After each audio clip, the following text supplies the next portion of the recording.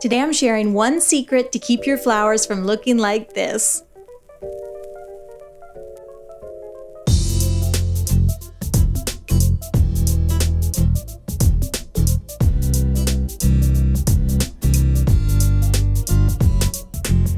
When it comes to watercolor painting, proper timing can mean the difference between florals that look like this and this.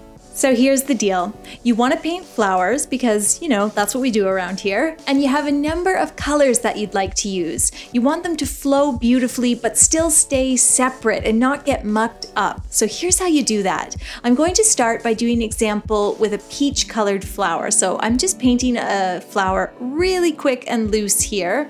Now I want to add a stamen, so I'm going to grab some brown and we're going to add a little brown into the pink area. So far so good. And now we're going to add some green leaves, pulling that green from the pink into the leaf. And of course, since the pink is full of brown, now we have brown and green and pink leaves. Okay, let's try this again, and I'm going to show you how I do this. So I start again with my very loose peach colored flower. So just 5 petals, really simple and quick.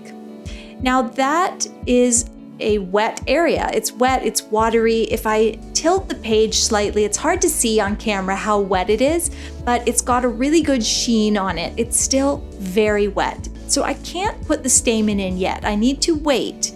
What I can do is put a little yellow flower right beside my pink one, because pink and yellow are going to blend really nicely. And you can see I've only let a small area of the 2 separate colors touch. With that done, I'm going to add green leaves. So I pull from the pink, I start right near the pink and I paint my green leaves. Now because the pink flower has already started to dry when I do my leaves, I get a beautiful blend without this crazy amount of bleeding. You can see there's this nice hue from pink to green. It just looks lovely. Now that pink has really begun to dry, I can add that brown stamen. And you'll see there's a big difference from when we did the first one to the second one. I'm still getting just a little bit of bleeding and blending. And then there's some areas where the petals are completely dry, so I have a ton of control. So I want to do one more flower here as an example, and this one I'm starting with yellow in the center, and then I'm grabbing a little bit of this deep magenta and I'm going to blend the yellow and magenta together ever so slightly, and then on the outside edge of the flower I'm going to put a little bit of peachy pink and I'm going to let all those blend. So sometimes it's okay to move quickly and it works, but other times you have to be really patient, and this is just something that comes with practice, practice, practice. Let's use the leaves as an example. The larger leaves are now dry, so if I take a dark green on the tip of my brush, I can add some very precise lines to them. But on the smaller leaves that I just painted, adding the dark green, I get a beautiful blending and bleeding. Both are beautiful, but so different.